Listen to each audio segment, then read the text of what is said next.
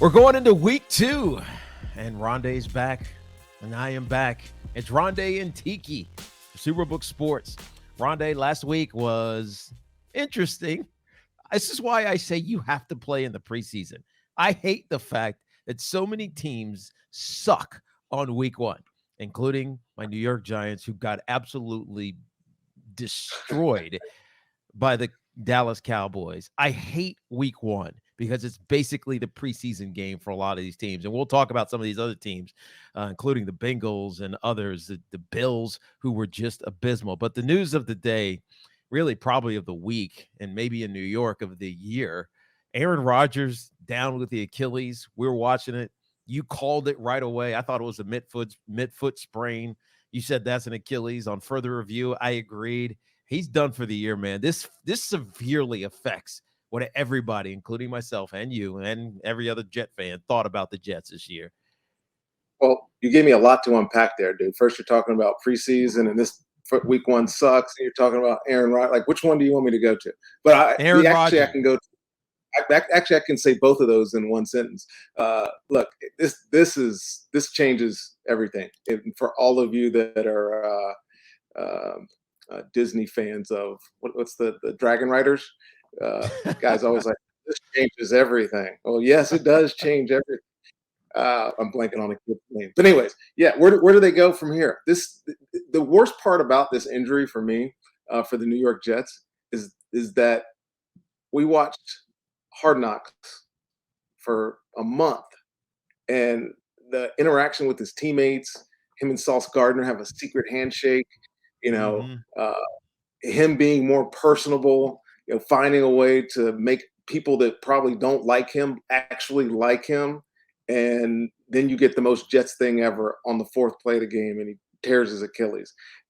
I actually feel sorry for the Jets because their narrative goes from being Super Bowl contender to now all of a sudden, plus 265 to win their division to 550 to win their division overnight. And you hate that the expectations changed off of one player, but there was one player that was going to change their expectations in 2023, and now he's done. That sucks. That actually sucks. Yeah, we're actually having conversations here in New York about whether or not, the Jets are still a playoff team. And I like Zach as a kid. I think he's got tons of potential. And maybe he picked up a little bit of something in the time that he got to work with Aaron Rodgers. And Nate Hackett's got his hands full trying to get him up to speed. Nate's system is not overly complex, right? It's a lot of West Coast principles. He ultimately does want to run the ball, and they have Breece Hall and Dalvin Cook in the backfield. So maybe it mitigates itself. But this defense, Ronde, is unreal. Now, some of it is just bad QB play by Josh Allen, but this defense gets after it. They put pressure on you. I think there were 15 pressures they had in the game, 5 sacks that they were able to inflict on the Buffalo Bills. And then ultimately, special teams, right? I wrote Robert Saleh right after the game. I was like, Coach, awesome win. It's special when the specials are special. It was Xavier Gibson, who, was featured obviously on Hard Knocks as well. They thought he was going to get cut and ultimately made the team. And, he returns a punt in overtime. I mean, I don't know what to think about the Jets. I kind of want to hold in there with them because if Zach has just evolved a little bit, this defense is good enough to win. And they got skill position players. I don't think you can spend time talking about Zach Wilson being an evolutionary quarterback in a year under 3 months of Aaron Rodgers. That's not why they're going to win. This team's they're set up to win the way that they won that game on Monday night. The turnovers, great pressure up front. I'm glad you mentioned Xavier Gibson because in Hard Knocks docu-series or whatever the heck they call that thing, Robert Saleh told them, we're not letting you film any of our cuts. And the one time they bring a dude into the room, it's this dude. Like, it's prophetic. Like, how do you – like, they say the NFL's not scripted. Man, this shit might be scripted, bro. Because, like, how do you put that guy on Hard Knocks not getting cut, and then the game where they're supposed to lose when their star quarterback gets hurt, he's the deciding factor in determining that one. And by the way, like, as opposed to the Sunday night game, which I wanted to turn off after 30 minutes of football, I watched that Monday night game to the very end. I bet you the record numbers that they got will probably never be touched. There was so much anticipation for that game, and then it turned out to be, a game chock full of storylines and great theater and drama in terms of football. But to answer the question or answer this thought that we're having about the Jets, absolutely, you still like them. Just because of what they do up front, rushing the passer, and my early season MVP is for sure, without a doubt, Jordan Whitehead. There's 3 interceptions. He hit his incentive for the year for interceptions. He's already got $250,000 in the bank. Like, yep. If you want to come out on a national scene and make everybody remember, like, you know what's going to happen to him? He's going to have like a couple of more good games. And he's going to be a Pro Bowler because of the first game of the year. That's awesome for him. Prime time. It's on prime time. He gets it. He makes it happen. This is all going to depend on Zach Wilson. I said this on my WFAN radio show, afternoons 2 to 6:30 p.m., 101.9 FM. Nate Hackett is now the most important person at one Jets drive in Florham Park. If he can just get him serviceable, let's say he's going to be great, but with the great defense, just be serviceable. But they got a big test this weekend against the Dallas Cowboys, who, by the way, also have a pretty damn effective defense. So we'll see what happens. But let's stick with this game, Ronde, because one of the things we wanted to talk about in this week is the bad quarterback play in the NFL. Now, the first one that jumps off the screen to me was in this game, the Jets and the Bills game, and it was Josh Allen. Josh Allen. Right. He was a runner-up in the MVP 2 seasons ago. Really going into last year, you even said, man, this guy has what it takes to win a Super Bowl. He's going to be in the conversation for best quarterbacks in the NFL for the next decade. That's what we thought about him. But he played terrible. And when I mean terrible, I mean terrible. And I think it's because he wants to be a hero, right? He wants to be the guy who puts his team on his back proverbially and says, I'm winning this game for us. And I know you love Jordan Whitehead, but Jordan Whitehead was sitting as a center close safety and the ball was just punted to him. Yes. Twice. He made his third one was really good play. Yes. But that was, I almost give that one to Ulbrich because it looked like it was cover 2 and Josh was trying to stick one into the proverbial hole. Like the safety's got to go deep and the corners, going to be sitting shallow. Instead, it was cover 4. And so he got fooled. But Josh Allen, I mean, he approaches the Jets like they're this little brother, like his 15-year younger little brother. I can do whatever I want. I'm going to mash you at the rim and dunk on you.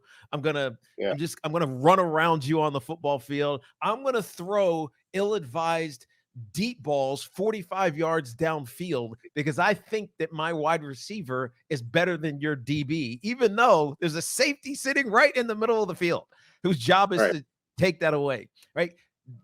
What Josh Allen did was, I mean, it was inexcusable in so many ways.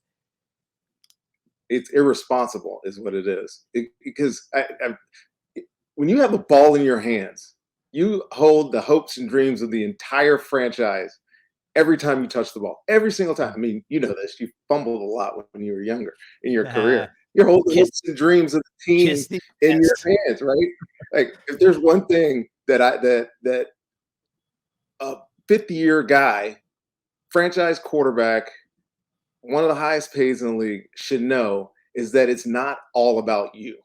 See, that's where Josh got me.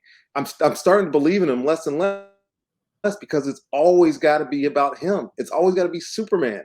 You don't have to be Superman. Sometimes Clark Kent can write a great story, man, and get it out in the daily whatever the newspaper that he worked for is. You don't have to put your cape on every single game. The one interception, when you're sitting there and you say, this is Josh Allen, 6'5", 245 pounds, and he's got 8 yards for the first down, and it's wide open in front of him. And yet he pulls the trigger and tries to throw a hero ball.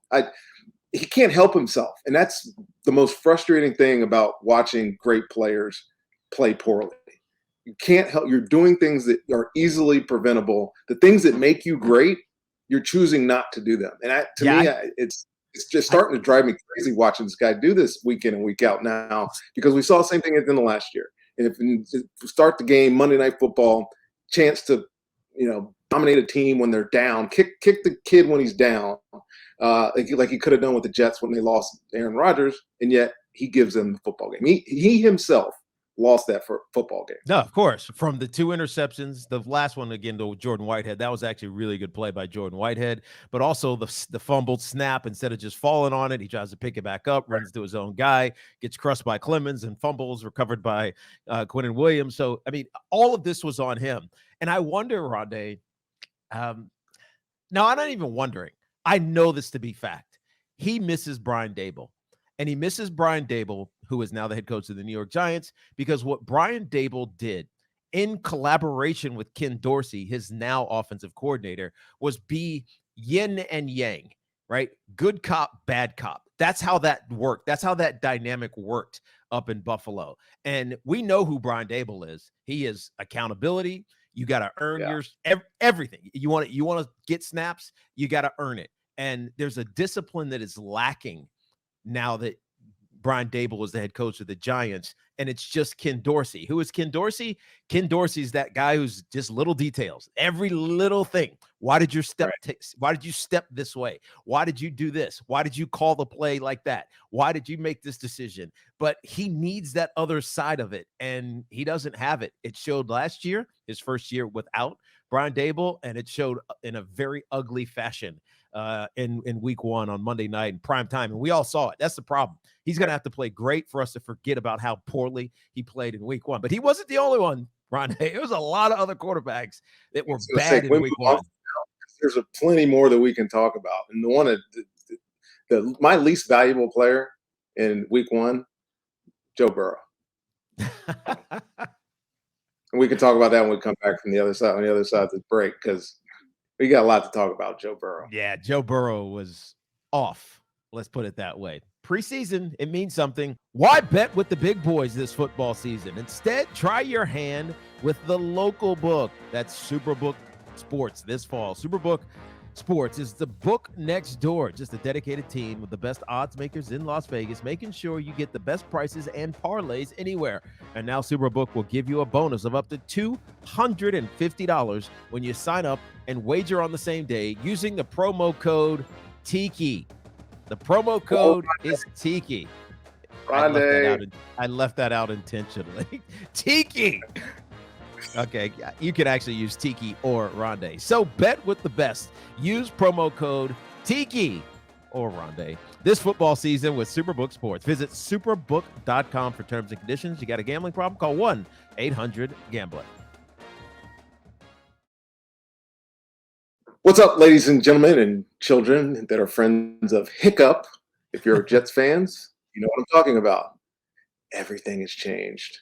This is Ronde and Tiki Barber, presented by SuperBook Sports, and we were just having a conversation about the least valuable players in week 1. We already talked about Josh Allen. Number 2 on my list, the $275 million man, Joe Burrow. Tiki, you absolutely cannot go. You are not allowed to do this ever in the NFL if you make that much money, $55 million a year. 14 of 31 for 82 yards. And we all know that that's not him. We know he's much better than that. We know that he did not have a preseason because of his calf injury. We also know that it was a wet ball and it was terrible wet weather. I was actually in Ohio, flew into Cleveland that afternoon, drove an hour down the road. It was beautifully sunny.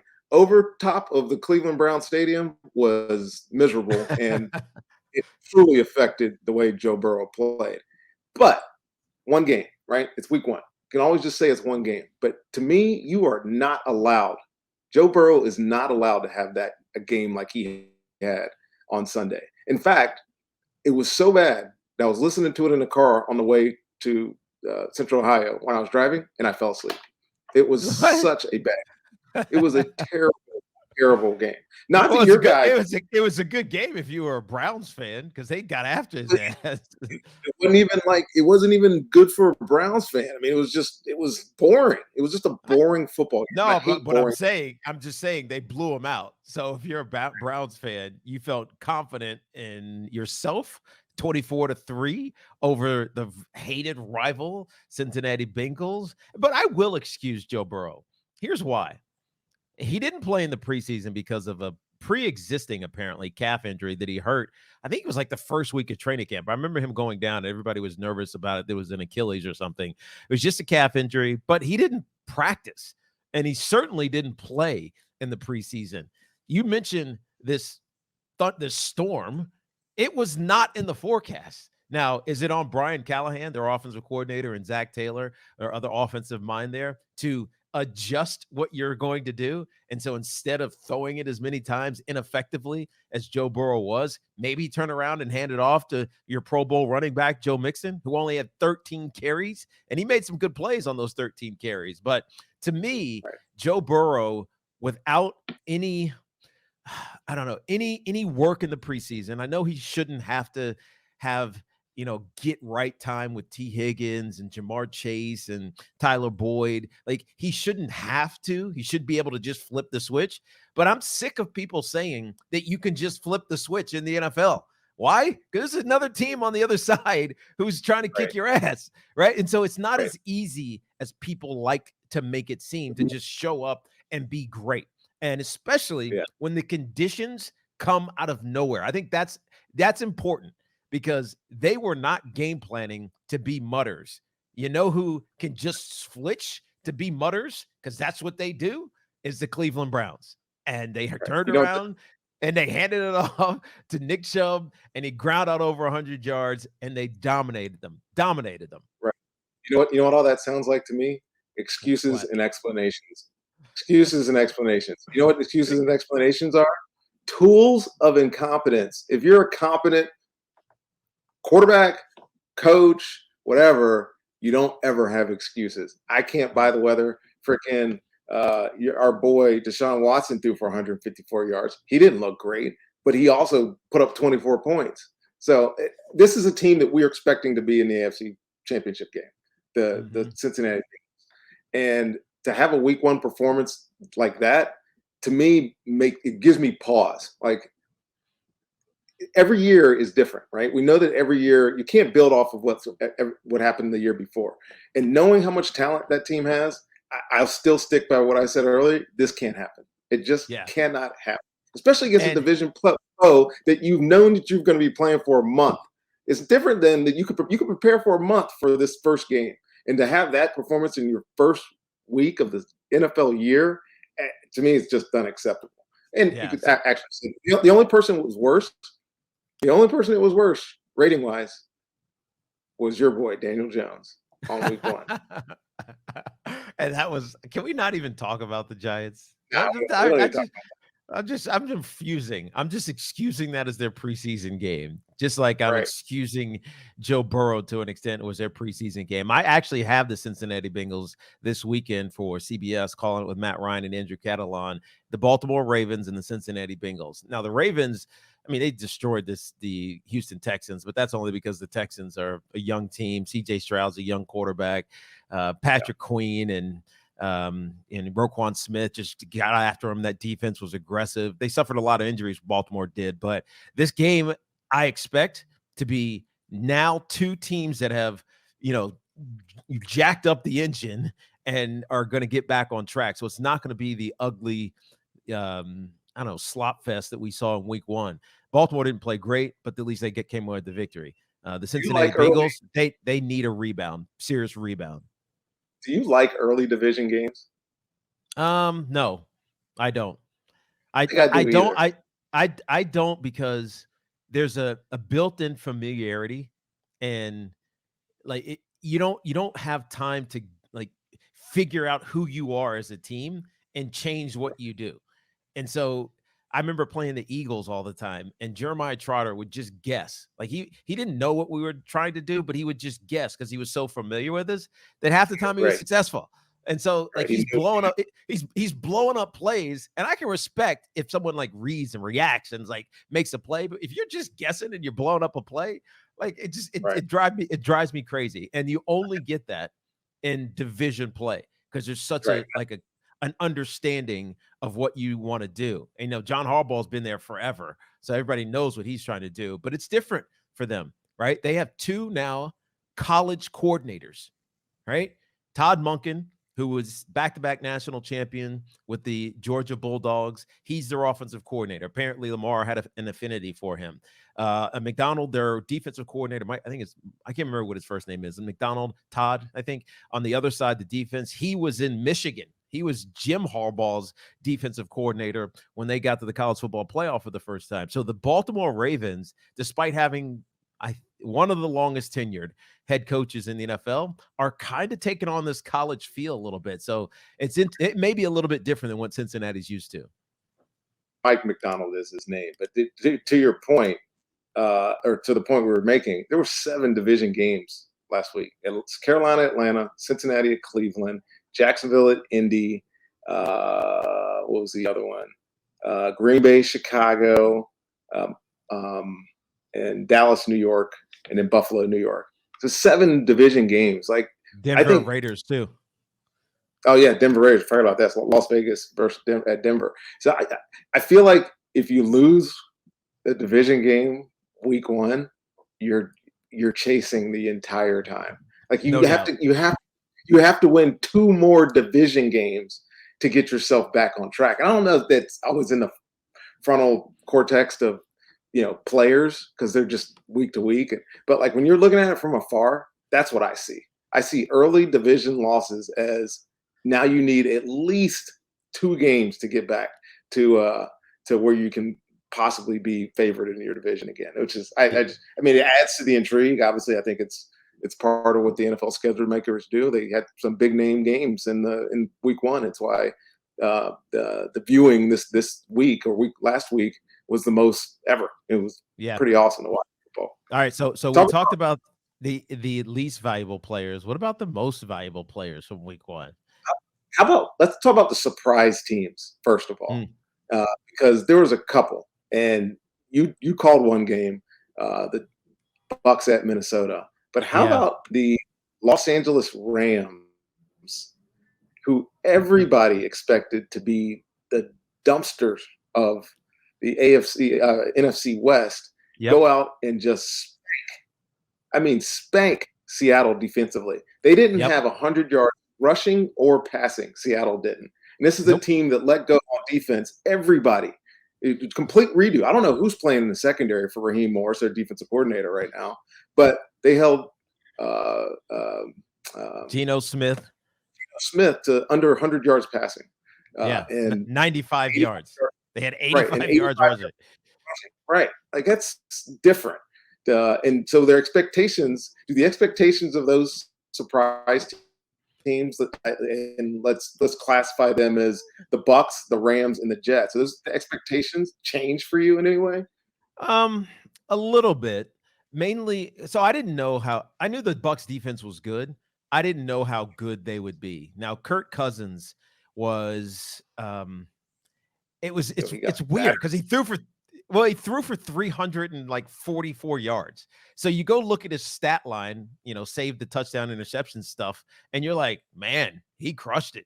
Jamar Jefferson, he had 150 yards. And so if you just looked at that, you said, he must have destroyed the Bucs.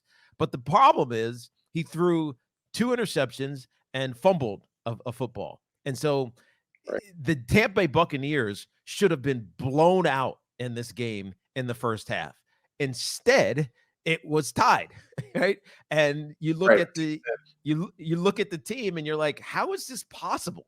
Like, we went in the halftime. We're like, because me and Matt Ryan and Andrew Catalan called that game, and we were like, how is this game tied? And then on the backside of it, they both had opening drive, scores, and then the Minnesota Vikings went 3 and out, 3 and out, and 3 and no. I think they just went 3 and out and 3 and out. They had 3 possessions in the second half. They had a long second half, a long scoring drive, and then 3 and out, and then 3 and out. And then because of that, Baker Mayfield started to feel himself, right? He threw a touchdown pass to Mike Evans, which ignited the offense. He got a ridiculous interception by rookie starting nickel corner Christian Izzian from Far Rockaway, New York, who went to Rutgers University. He's 5'8". He just ripped the ball away from KJ Osborne right before halftime, and it changed momentum.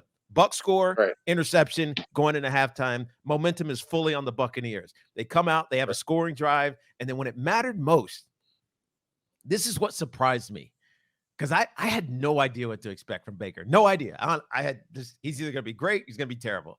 He was kind of terrible early in the game. He had Keeft right down the middle of the field, second or third drive, completely missed it. You can't miss it. It's the easiest throw he'll ever make. And in the next 400 throws he has this year, he'll never have one more easier than that one, right? And so you're just down on him until you get into a third and long situation, and he just goes and beasts it, right? Keeps it. And then he gets another, you need a first down, throws a dart to Chris Godwin right on the sideline, right? Baker's a gamer. And so with an elite level defense, at least played like one, and Baker Mayfield, as long as he's not making mistakes, I don't know. Tampa might be the team to beat in the South, because who else is there? I don't know about that, but who else? Who's beating them? The Falcons aren't. The Carolina Panthers are not. The Saints maybe. Seriously. It's too early for me to say what's what, but I do know this. Bucs defense, tale of two halves. You said JJ had 150 yards receiving. Well, he only had 2 catches for 12 yards in the entire second half. So if you're looking for a difference in that game, it's whatever adjustment Todd Bowles and his staff made in the second half of that game. Because look, Kirk Cousins is going to be what he's going to be. He's going to throw for a lot of yards, right? Because their system allows for him to make checks at the line of scrimmage, got to run plays, find the matchup, and they were able to do that in the first half. Carlton Davis was following JJ around all day long, got some one-on-one matchups. Well, but hold on. There were 2 big plays that Jamar Jefferson had. There were 3, actually. One was man, and it was a deep over route. So Carlton Davis just got – Justin Jefferson. I'm thinking of Jamar Chase because I'm calling the Bengals. Justin Jefferson's running a deep over, right? Carlton just gets lost in the there's too much traffic. So he's trailing the whole time. Good big completion. The other 2 times, it looked the same. Carlton Davis is following Justin Jefferson. One, he dogged. It was a corner blitz. Kirk Cousins saw it immediately. Big play. Another one, they actually dropped into a zone, and you had Levante David basically man checking Justin Jefferson. Kirk Cousins recognized it immediately and had a 30-yard play. So there was really 3 plays, and it was all when Carlton Davis was either not on him or couldn't really cover him. So Kirk Cousins will find those, but you let him have what he has, and then when it comes down to it, you clamp down, and that's what Tampa's defense did. Right. Yeah, we can bloviate on them all day because I know too much about them. All right, your league MVP week 1. Who was it? Who was your leading MVP person week 1? Because I have one. I don't know if there was a great one for me. Who do you have? There was one great one. Tua Tagovailoa, 486 yards. 66. 466. 466 yards, 3 touchdowns. By the way, this game was an awesome game. Watching those 2 quarterbacks go after, those 2 offenses go after it. But Tua Tagovailoa is 1, Tyreek Hill is 2 in the MVP race right now, if you ask me. He is not coverable. If you put any type of 3D, single high, whatever, man coverage on him, he is going to win. He is on a different level, fast and quick. And I don't know if there's a DB in the league that can run with him, first of all. And he's got such a low center of gravity, it's almost impossible to win at the line of scrimmage. Like my thought to beat a corner a receiver with speed is you have to beat him at the line of scrimmage. If you don't win early, you're definitely not going to win late. But when you do that, you put yourself at risk. And you could see the Chargers last week going, we don't have any idea what to do with this guy. And the way that Tua played, it was also, I mean, the touchdown that Tua threw on the goal line through the defender, basically. I don't know how that ball got through him. If he's playing like that, if that Tua is going to play every week with Tyreek Hill as his number one target, just forget about it. We don't even talk about Jalen Waddle. He didn't even mention Jalen Waddle when you look at any of the highlights from last week. It was just what Tyreek Hill was doing to those DBs. And that combination, assuming he stays healthy, he doesn't get any, crazy hits like he did last year, the Miami Dolphins might be that team. If you want to get hyped about a team, it might be them. Yeah. Well, the only reason I would put a little bit of cold water on that one, so you get a little steam percolating there, is because he did throw a terrible interception. It was one of those throws like, what are you doing? Like, what that has no chance at all. And a lot of what you're alluding to with Tyreek Hill getting free was because they were doing bunch out by the number formations. Tyreek Hill is actually on the inside of the number. You got an outside wide receiver outside of that. And he motions in, right? Mike McDaniel, who is an unbelievable play caller, and he doesn't get the credit because he's quirky as hell. He's actually quirky intentionally. He acts a fool just to make people like react to him, to be distracting to whatever your narrative you're trying to say about him.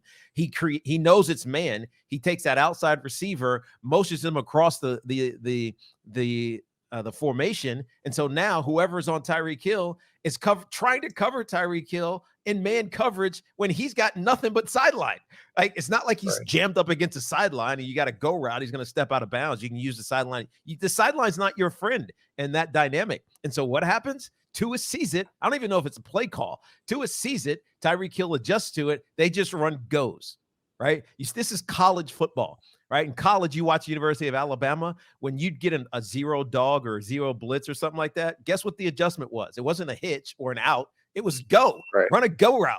That's what Miami does. And so Tyreek Hill, if teams are going to keep trying to, I think I got a corner that can run with Tyreek Hill, you're going to get destroyed every week. You have to have a safety over top of him almost every play, because if there's any play that entire Tagovailoa, Tua is smart. If there's any play that he thinks and recognizes that there's no safety over the top, that is adjusting to a go route. I promise you. And so I give Mike McDaniel some credit for that. The one who I kind of forgot about, and now I'm glad I'm remembering, is Christian McCaffrey. Christian McCaffrey. Yeah. I mean, he is that dude, bro. We always knew contact balance, agility, acceleration in open space, like ability to catch everything. Yeah, he's that dude. There's a reason why he's the barometer for running backs and how they and why he's the only one making plus $15 million a year, because of all the extra things that he does. He's not just a runner, quote unquote. Yeah. He's not just a third down back, quote unquote. He is, quote unquote, a freaking every down all purpose running back. And there's nobody even close to like him. Right. Just like we talked about last week, Ronde. If there were 15 of them or 12 of them, running backs would be making $15 to $18 million a year. But there's one of them, and maybe there's a couple of B's of him. But the game he had with massive assists from Brandon Ayuk, who is turning into, one of the elite players, and more importantly, he showed that last year, though. Brandon Ayuk, but nobody was talking about him. People were still stuck on Deebo Samuel, right? They were still, Deebo Samuel, 1,000-yard receiver. No, but look at all they were stuck on Ayuk having a bad first couple of years too. They wanted that. We've defined him. That's who he is. He's not what you think he is. Right. But just go back and watch. Put the people that don't put the tape on and then pretend to bloviate about what they know end up making people's perception of a Brandon Ayuk what they are. Reality is the dude has been balling for a year now, and we're finally starting to see it. And it's starting to materialize where everybody can say, oh, well, maybe I was wrong about this guy. Yeah, right. And by the way, it's not just his pass catching ability, his route running, how he gets open, how he just flips DBs around. On Christian McCaffrey's utterly ridiculous touchdown, where he gets through the line of scrimmage, makes contact, spins off of it, full body control. Like most people spin and they're like, "Where am I?" He spins and it's like, "All right, I'm going forward, full speed ahead." Brandon Ayuk decleated a corner, decleated him. Right, this is Man, It's a 5'10" wide receiver who decleats a corner and he's whatever bigger he than is, and takes him all the way down to the goal line. Right, that's how big plays happen. Yes, some running backs are just faster than other people, but big plays happen when you get escorts from your wide receivers. And so, that. from a former running back to a guy who's getting it done, I'm tipping my cap to Brandon Ayuk because Chris McCaffrey is my MVP, but he got a massive assist from Ayuk on that play. Ayuk, by the way, 6 foot 200. So he's got. He's one of the clones. He's one of the clones, All right, man. so They're all the same. So it's interesting because if you're looking at MVP odds, Tua was 18-1 prior to week 1. He's 6-1 MVP, just behind. Dude, he put up 466 yards. 466 yards. That's going to get you in the conversation. Now he's just got to sustain it. And the question will be whether or not Mike McDaniel can keep game planning him into success, because that is a definite 1-2 punch. This is not like a Peyton Manning, I'm just doing it on my own type of thing. Hey, guess what, Ronde? Right. We're changing the game. Help your bets stay hot this fall at SuperBook Sports, the most trusted name in sports gambling with a direct line to Las Vegas. And now, when you use promo code Ronde this time, you can also use Tiki. You score up to $250 with their first bet bonus. Win or lose, SuperBook will match your first bet up to $250 with promo code Ronde or Tiki. Download the SuperBook Sports app in Arizona, Colorado, Iowa, Nevada, Ohio, Tennessee, New Jersey, or Maryland. Enter the promo code Ronde or Tiki, and you'll get $250 courtesy of SuperBook Sports. Visit superbook.com for terms and conditions. Gambling problem? Call 1-800-GAMBLER. Ronde, we're going to come back, make some picks, and call it a day. All right, last segment here on Ronde and Tiki, presented by SuperBook Sports. We're going to make a couple of picks here, and then we'll call it a day. Ronde, you realize the Cowboys, who are playing the New York Jets on Sunday, short week for the Jets, obviously Zach Wilson at the helm and no longer Aaron Rodgers. The Cowboys went from laying 3 to laying 9.5. 9.5. I mean, some people think that the Cowboys are about to destroy the New York Jets. But I got a game for you, because I had no idea what to expect from the Green Bay Packers. I didn't know what Jordan Love would look like. I guess I had to trust it. Matt LaFleur is a very good coach. We saw it in his first 3 years with Aaron Rodgers. Yeah, it was Aaron Rodgers, but it was also him, his play calling. Nate Hackett was his coordinator as well. But Jordan Love looked prepared and ready. And with the combination of Aaron Jones and the passing game, which is not elite, but it's good enough, they're taking on the Atlanta Falcons in Atlanta. So they're a road favorite. Now it's rare you get road favorites, but I'm going to go with the Green Bay Packers, even though people are still kind of up in the air on them after their week 1 win, laying 2 in Atlanta, because the Falcons feel like they're kind of all over the place, despite how good Bijan Robinson's going to be. Right. That's a good one, because Jordan Love, and if you look, watch that game, he didn't complete a bunch of passes, but at the end of the day, he averaged the 3rd longest completion in the NFL. Number 1 was Tua, obviously. We talked about him already. Derek Carr was number 2, and then he was 3 at 9.1 per pass, and he threw 3 touchdowns. Like, it's hard for me to discount anything that Matt LaFleur is going to do with this kid, because he's had him for so long. Yes. He's had him for 3 years. It's the preparation part of getting a quarterback. How about maybe let him develop and then put him on the field instead of throwing him out there and allowing him to fail? That's a good one. That's going to be a good game. I got two, and both of them are huge spreads. And the only reason I'm looking at these two is because of these spreads. Number one, Las Vegas Raiders at the Buffalo Bills. Why do I like that game? Because I don't know what the hell the Bills are going to be like.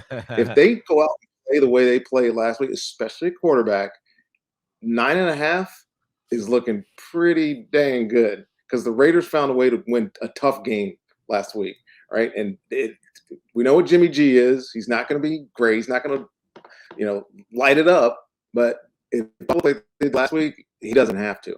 The other one, though, that's even more interesting to me, and it's only because of what happened in week one. We know that San Francisco is our dogs, right? They're the best team in the NFC right now, if you ask me. No doubt. Going to the Los Angeles Rams, +8, the Rams are at home.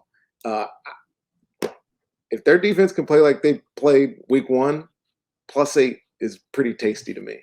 Yeah, home dogs, man. Especially, not that they're rivals. I mean, maybe at time they will be rivals, especially if they're both good at the same time. That's an interesting one. +8 at home. I know it's San Francisco, and San Francisco's got every weapon you need. And Brock Purdy, by the way, he's that dude. Yeah, I know he's Mr. Irrelevant. He did not miss a beat off of the injury to his UCLA. He is just not that guy. No, not at all. That's actually the game that I'm looking forward most to seeing this weekend. Obviously, I'm calling the Ravens and the Cincinnati Bengals. So I had the Cincinnati Bengals, but the game that I'm really looking to catch up on after I do my game is that one, because that one is going to be full of excitement. Matt Stafford is back, and if he's back and the Rams defense plays like it did in week one, I mean, they can challenge San Fran. They really can. Right. And who was fourth on that yards per? Yards per? Matthew Stafford. Of course. Exactly. Throwing to whom? Whom was he throwing to? It did not. Exactly. Neither one of them were the $25 million a year Cooper Cup. So that's right. He's back. That's exactly right. You have no idea who they are, and it didn't matter at all against the Seattle Seahawks. Anyways, go find your bets, SuperBookSports.com or SuperBook.com. You can find it. Or if you're in Las Vegas, go check out the Westgate. It's the largest Superbook in the country. It's massive, and it's awesome, and you'll have a good time out there. But appreciate you all for tuning in and listening in. And Ronde and I will see you next week. Have a great football weekend, people.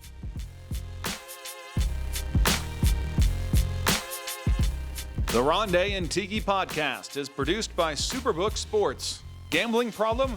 Call 1-800-GAMBLER in Colorado, Maryland, Nevada, New Jersey, Ohio, and Tennessee.